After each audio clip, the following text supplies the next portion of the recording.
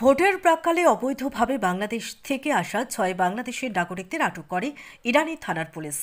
24 November বৃহস্পতিবার দুপুরে 6 জনকে টিলাবাজার এলাকা থেকে আটক করা হয়েছে বলে ইরানি থানার ওসি যতীন্দ্র দাস জানিয়েছেন। ভোটের প্রাক্কালে ইরানি থানা পুলিশের বিরাট সাফল্য বলে সচেতন মহলের দাবি। সংবাদ প্রতিনিধিদের মুখোমুখি হয়ে ইরানি থানার ওসি যতীন্দ্র দাস বললেন, ইরানি থানার পুলিশ অফিসার আবু আওয়ালের নেতৃত্বে পুলিশ কর্মীরা বৃহস্পতিবার দুপুরে বাবুরবাজার এলাকায় প্রতিদিনের মতো গাড়ি চেকিংয়ে ছিলেন। সেই সময় গোপন সূত্রের মাধ্যমে খবর আসে টিলাবাজার এলাকায় কিছু অপরিচিত মানুষ চলাফেরা করছে। এই খবর পেয়ে পুলিশ অফিসার আবু আওয়ালের নেতৃত্বে পুলিশ কর্মীরা টিলাবাজার এলাকায় গিয়ে অপরিচিত 6 নাগরিকদের জিজ্ঞাসাবাদ করলে পুলিশের সন্দেহ হয়।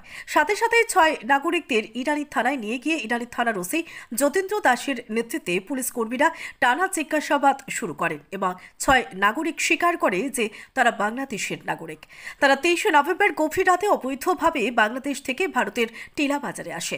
অবৈধভাবে আসা 6 বাংলাদেশি নাগরিকরা হল শামীম মিয়া, মোহাম্মদ সোহাগ কাজী, সোহেল রানা, আল আমিন রহমান, ফারুক হোসেন, সোহান মিয়া। ওনাদের কাছ থেকে নগদ ভারতীয় 4,950 টাকা, 6টি মোবাইল উদ্ধার করে ইরানি থানার পুলিশ। ওসি যতীন্দ্র দাস বললেন, বাংলাদেশের নাগরিকরা আরও স্বীকার করে যে তারা কাজের সন্ধানে ভারতে এসেছে। তারা বৃহস্পতিবার বিকেলে কুমারঘাট রেল স্টেশনে যাবে এবং কুমারঘাট থেকে রেলে করে তামিলনাড়ু গিয়ে কাজে যোগ দেওয়ার কথা ছিল। তারা বাংলাদেশের এক দালালের মাধ্যমে টিলাবাজারে এসেছে। কথা ছিল টিলাবাজারে আসার পর টিলাবাজার থেকে স্থানীয় আরেক দালাল তাদের কুমারঘাট থেকে তামিলনাড়ু নিয়ে যাবে। কিন্তু তারা টিলাবাজার আসার পরই বাংলাদেশের দালালের কথা অনুযায়ী টিলাবাজার কোনো দালালের নাগাল পাননি। তাই বাংলাদেশের দালাল 23 নভেম্বর গভীর রাতে অবৈধভাবে ভারত বাংলাদেশের আন্তর্জাতিক সীমান্তের কাঁটা তার পার করে দেয়। তবে অবৈধভাবে আসা 6 বাংলাদেশি নাগরিকরা বাংলাদেশের বিভিন্ন 6 জেলার বাসিন্দা। বাইট যতীন্দ্র দাস। 6 বাংলাদেশি নাগরিকদের কাছে নগদ টাকা এবং মোবাইলের পাশাপাশি ভারতীয় জাল 2 আধার কার্ড এবং নকল ভারতীয় স্টেট ব্যাংকের পাসবুক উদ্ধার হয়।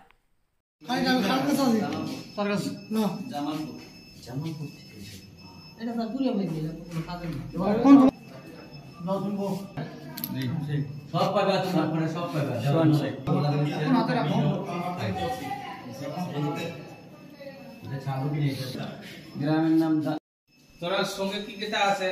আইডি প্রুফ দেখা? হ্যাঁ, কিছু নাই, কিছু নাই। আধার কার্ড আছে স্যার? হ্যাঁ, আধার কার্ড।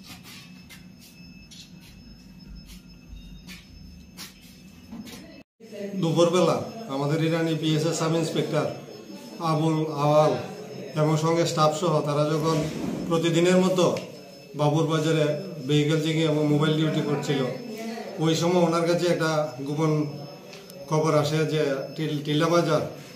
টিলাবাজারে কিছু যুবক, 5-6 জনের মতো যুবক সন্দেহজনকভাবে ঘোরাফেরা করছে এবং সোর্স এটাও বলেছে যে হয়তো বাংলাদেশে হতে পারে।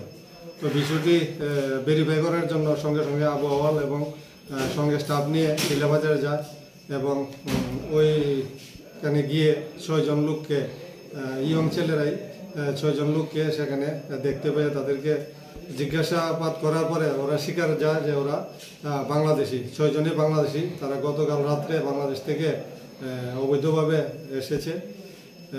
তাদের কাছে কোনো বৈধ কাগজপত্র নেই। তো সঙ্গে সঙ্গে সাব ইন্সপেক্টর আবু আওয়াল ওনাদেরকে ডিটেন করে এবং থানায় নিয়ে আসে। তো প্রাথমিকভাবে জিজ্ঞাসায় ওরা স্বীকার করেছে যে তারা বাইরে অর্থাৎ তামিলনাড়ু কোনো কাজের উদ্দেশ্যে যাওয়ার জন্যই অবৈধভাবে ত্রিপুরাতে এসেছে এবং তারা আজকে কুমারঘাট স্টেশনে গিয়ে রেল মারফত তারা তামিলনাড়ুতে যাবে বলে তারা স্বীকার করেছে। তো তাদের বিরুদ্ধে আমরা আজকে একটা কেস নিয়েছি, ইরানি BSA case number 91 under section 3 of passport act. আগামীকালকে তাদেরকে কোর্টে ফরওয়ার্ড করা হবে। তো ওদের নাম জানা গেছে কি? 6 জনের নামে আমরা পেয়েছি। একজন হচ্ছে শামীম মিয়া, আর একজন হচ্ছে মোহাম্মদ সোহাগ, পরে হচ্ছে সুহাল রামা, আরিফুল ইসলাম, ফারুক হোসেন, আর হচ্ছে সোহান মিয়া। তারা বাংলাদেশের কোন জায়গায় বাড়ি? তারা বিভিন্ন জায়গা, বিভিন্ন ডিস্ট্রিক্টে আছে। 6 জনের বাড়ি আলাদা আলাদা। তো তারা মানে অবৈধভাবে কোন রাস্তা দিয়ে ঢুকেছে বা কোন এলাকা দিয়ে ঢুকেছে এরকম কিছু বলেছে? তাদের জিজ্ঞাসা করে জানা যায় তারা রাত্রেবেলা এসেছে, কোন জায়গায় দিয়ে এসেছে তাদের মানে জায়গাটা জানা নেই, নাম জানা নেই।